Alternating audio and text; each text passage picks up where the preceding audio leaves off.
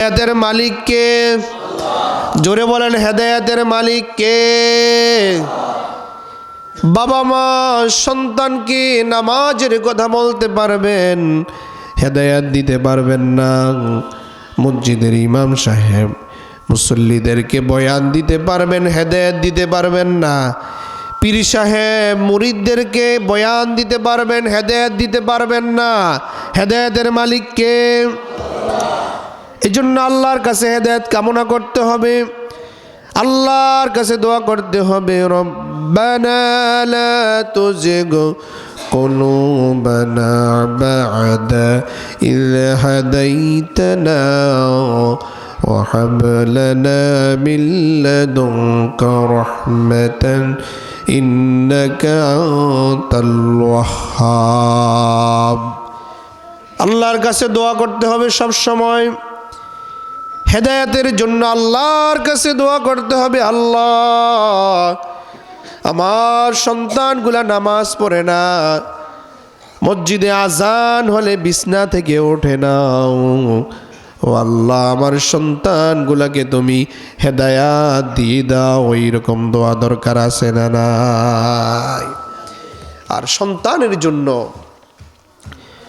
একজন সন্তানের জন্য বাবা মার দোয়া যতটুকু কবুল হবে, বাবা মা ছাড়া একজন সন্তানের জন্য অন্য ব্যক্তির দোয়া এত বেশি কবুল হয় না। অনেক সময় বাবা মা রাগের কারণে সন্তানকে অভিশাপ দেয়, দেয় না? কথা বলেন, দেয় কি না? এই যে রাগের কারণে বাবা মা সন্তানকে অভিশাপ দেয়, আল্লাহ তাআলা কিন্তু ওইটাও কবুল করে নেয়।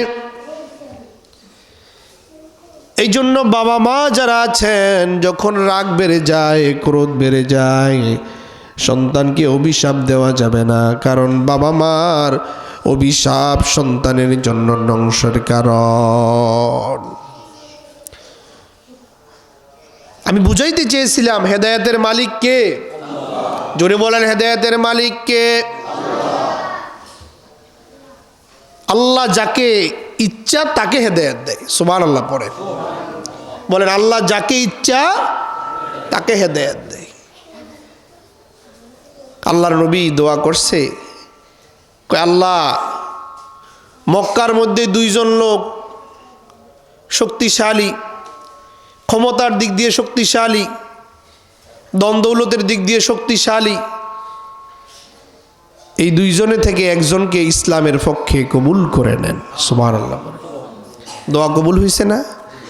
ওমরের মতো লোক,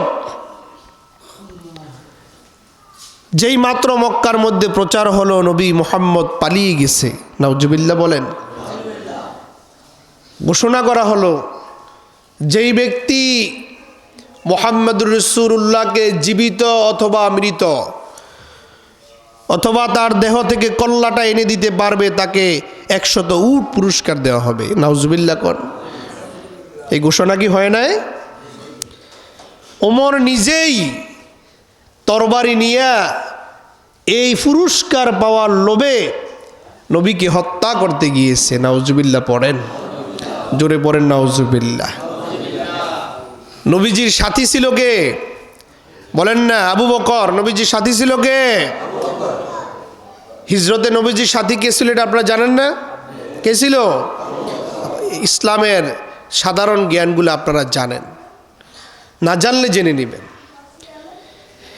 এই আবু বকর হিজরতের রাতে নবীজির সঙ্গে যে হিজরত করেছেন, এই হিজরতের রাতে এক কদমে যে পরিমাণ নেক আমল হয়েছে, রব্বুল আলামিন বলেছেন তামাম পৃথিবীর মানুষের, সব মানুষের নেক আমলগুলা যদি এক পাল্লায় দেওয়া হয়, আর আবু বকরের ওই রাতের এক কদম যেই হিজরতের রাতে দিয়েছে, ওই এক কদমের নেক পাল্লার ওজন ভারী হয়ে যাবে। কেন জানেন? গভীর আল্লাহর নবী সাল্লাল্লাহু আলাইহি ওয়াসাল্লামের কাছে জিবরাইল আসলেন, এসে বলতে লাগলেন, ও আল্লাহর বন্ধু, ঘুম থেকে ওঠেন, এই মক্কায় থাকার জন্য আপনার জন্য আর নিরাপদ নয়। আল্লাহ রব্বুল আলামিন বলেছেন এই মুহূর্তেই মক্কা ছেড়ে চলে যাওয়ার জন্য। তবে আপনার ঘরের চতুর্পাশে তরবারি নিয়ে কাফেরেরা দাঁড়িয়ে আছে। আপনি ঘর থেকে বের হলেই ওই তরবারির আঘাত দিয়ে আপনাকে তারা জমিন থেকে বিদায় করে দিবে।